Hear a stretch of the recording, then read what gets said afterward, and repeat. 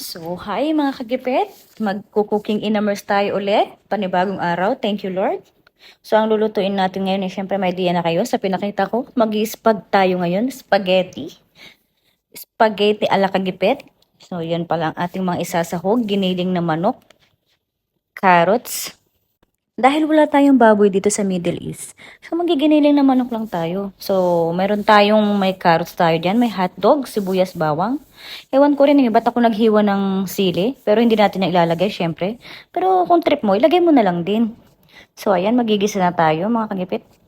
Maggagawa tayo ng spaghetti for today's video kasi ang yan ang ating cravings. So, alam niyo na, ang unang inuuna, bukod sa'yo, yung Siyempre, bawang ang kung may isusunod bawang, mo. syempre Siyempre, may sibuyas din dapat sa pagigisa. Nga pala, ketchup lang ang gagamitin natin para sa sauce. Sa sauce? Sauce!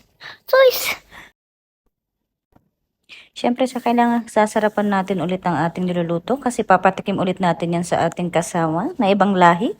Ang luto ng version ng Pinay ng Espag. Version ko lang pala to. Kasi yung mga isasahog natin dito ay yun lang available ulit sa market. Kasi yung spaghetti sauce is not available, so ketchup lang ang ating nabili. Pwede na rin yan siguro. Basta watch out na lang hanggang sa dulo kung paano nating papasarapin at gagawin ang ating spaghetti for this video. Nilagyan ko na pala yan ng paminta. Mas maraming paminta para sa akin. Mas masarap sa spaghetti sauce at may konting asin. So, isusunod na natin ang hotdog. Chicken hotdog. At maraming salamat po pala sa mga nanonood ng aking video. Sana ay natutuwa kayo at naging robot na ako. Sinabay ko na rin pala yung carrots para sabay-sabay nang mag-isa at mabilisan lang tayong luto at ako'y gutom na nung oras na pala to. Ito pala ay aming tanghalian. Imumukbang pala namin to soon. Watch out. May video kaming dalawa ulit ng aking kasama from Kenya. Ang ating kaibigan, Kagipit.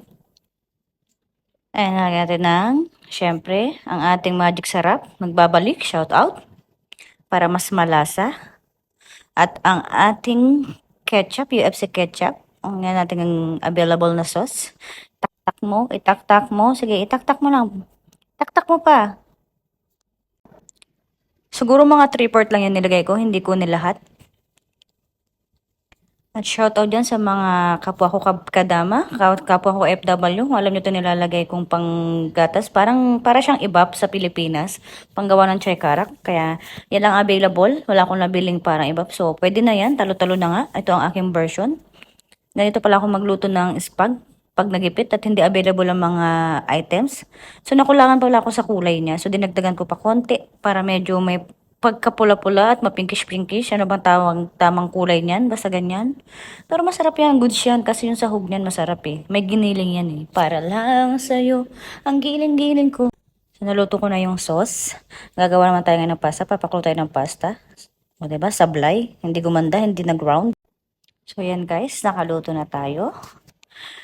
So, yan. Maglalagay na tayo ng sauce sa ibabaw. Ayoko nung hinahalo yung sauce sa, niya, sa noodles niya. Kasi, basta, ayoko lang. Ayoko lang. Ikaw, gusto mo ba yun? Pero parang mas okay to, 'di ba? Sa akin lang naman na.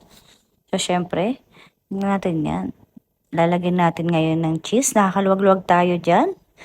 Lakad ka rin natin yan hanggang saan yung gusto natin. Kasi dito medyo mura eh. Sulitin na natin dito habang nandito tayo sa Pilipinas. Magkano niyan? Baka isang kayod lang. Hindi mo lalagyan ng ganyang kalami. Isang kayod na, tama na. Diba? Masarap talaga magluto kung may lulutuin. Kaya thank you Lord sa araw-araw na may naluluto tayo at may nakakain. Maraming salamat po. So ito na ang ating final. Charan! Ayun na po ang ating spaghetti ala kagipit. Thank you po for watching.